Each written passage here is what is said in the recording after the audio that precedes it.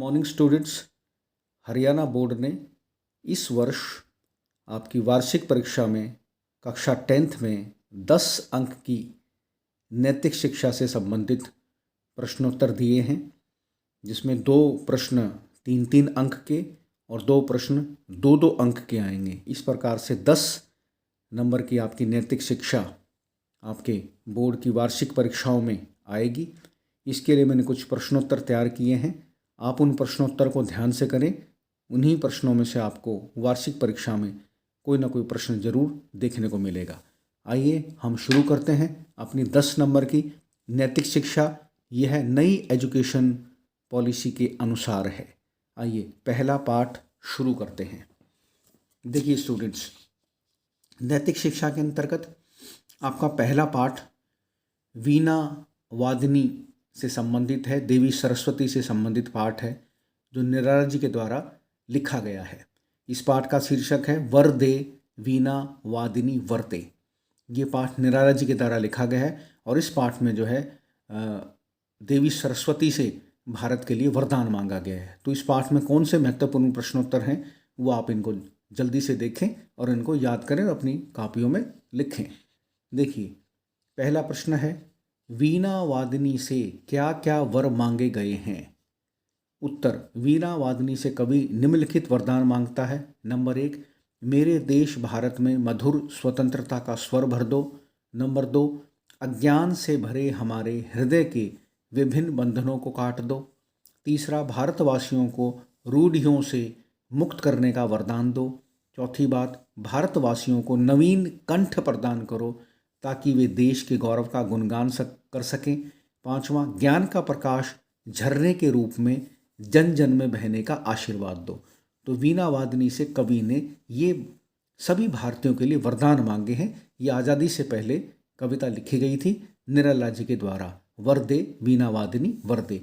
इस नैतिक शिक्षा वाले पाठ में दूसरा प्रश्नोत्तर बड़ा महत्वपूर्ण है। सरस्वती माता से ही अंध उर के बंधन काटने की प्रार्थना क्यों की गई है? इसका उत्तर देखिए, सरस्वती माता से यह प्रार्थना इसलिए की गई है क्योंकि सरस्वती माता ज्ञान की देवी हैं। वे अपने ज्ञान के प्रकाश से प्राणियों के अंध उर के बंधन को काट सकती हैं। हमारी संस्कृति सदैव ज्ञान का आदर करती आई है। तो स्टूडेंट, इस नैतिक शिक्षा वाले पाठ से कवि ने भारतवासियों के लिए वरदान मांगा है देवी सरस्वती से कि वो भारतवासियों को वरदान दें, उनके कंठ को नवीनता से भर दें, उनमें उत्साह भर दें, उनमें वे ताकि वे अपने गौरव गुणगान कर सकें अपने देश का, उनका जो है मधुर स्वतंत्रता का उनके अंदर स्वर आ जाए। ये सारी बातें जो है इस पाठ के अंदर कवि ने कही हैं। हर पाठ के अंत में मैंने विशेष बात लिखी है जो उस पाठ को कवर करती है कि उस विशेष बात का मतलब क्या है। तो वर्दे वीणा वादिनी वर्दे निराला द्वारा रचित एक गीत है जो मूलतः सरस्वती वंदना है। यह गीत उनके काव्य संग्रह गीतिका में संकलित है। इस गीत में उन्होंने सरस्वती माँ की वंदना करते हुए भारतवासियों के लिए ज्ञान के प्रकाश का वरदान मांगा है। तो स्टूडेंट्स, ये 2 प्रश्न अति महत्वपूर्ण है पाठ 1 में से, नैतिक शिक्षा का, क्लास 10th का। अब आइए दूसरा पाठ देखते हैं। दूसरा पाठ है स्वास्थ्य और योग। इस पाठ में योग के महत्व को दर्शाया गया है और ये बताने का प्रयास किया गया है कि योग करने से हमें क्या लाभ होता है। आप जानते हैं भारत में पतंजलि का योग दर्शन काफ़ी प्रसिद्ध है और उसी का योगा जो है बाबा रामदेव कराते हैं और अन्य लोग कराते हैं।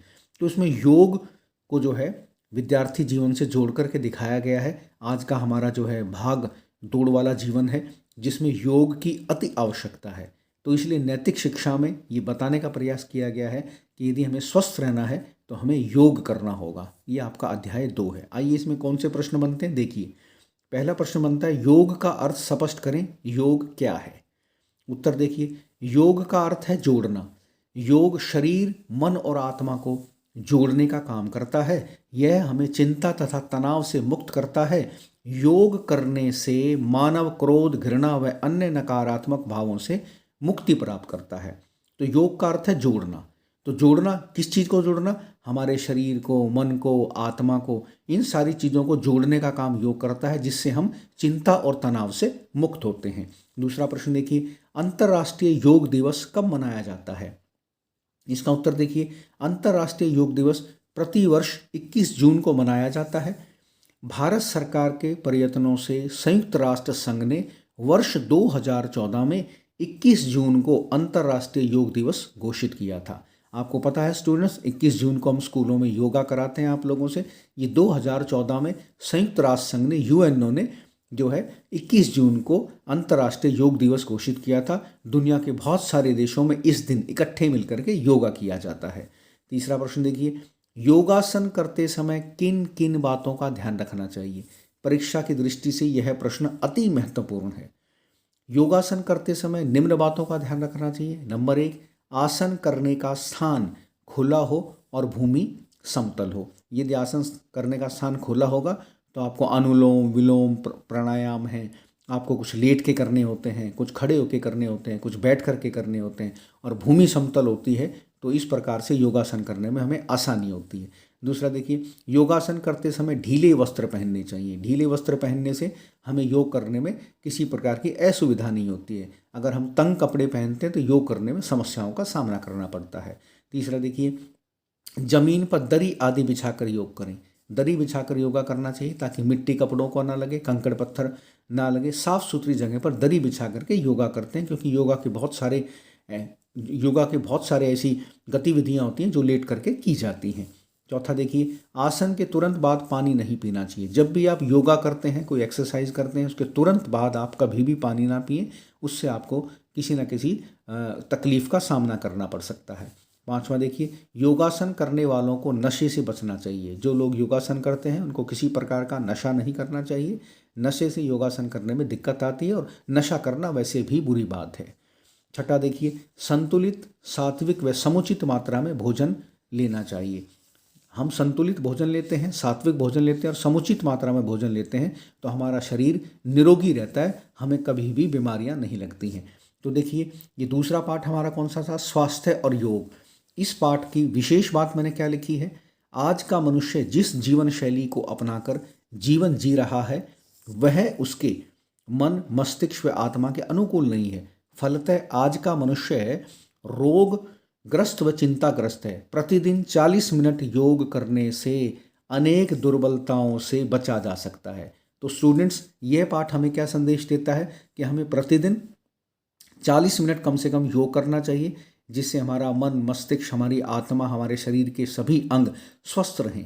और योग हमारे जीवन का एक अंग होना चाहिए, हमारी दिनचर्या में शामिल होना चाहिए। यदि हम योगा करते हैं तो स्वस्थ रहते हैं। और प्राचीन काल से हमारे देश में योगा का प्रचलन रहा है। पतंजलि योग भारत में भी प्रसिद्ध है और विदेशों में भी इस योग का आश्रय लेकर के विदेशी लोग भी आज स्वस्थ हो रहे हैं, निरोगी हो रहे हैं। ये भारत की ही प्राचीन स्वास्थ्य व्यवस्था है। तो ये दूसरा अध्याय आपके में नैतिक शिक्षा का था, स्वास्थ्य और योग। अगले वीडियो में मैं आपसे फिर मिलता हूँ, तब तक के लिए नमस्कार।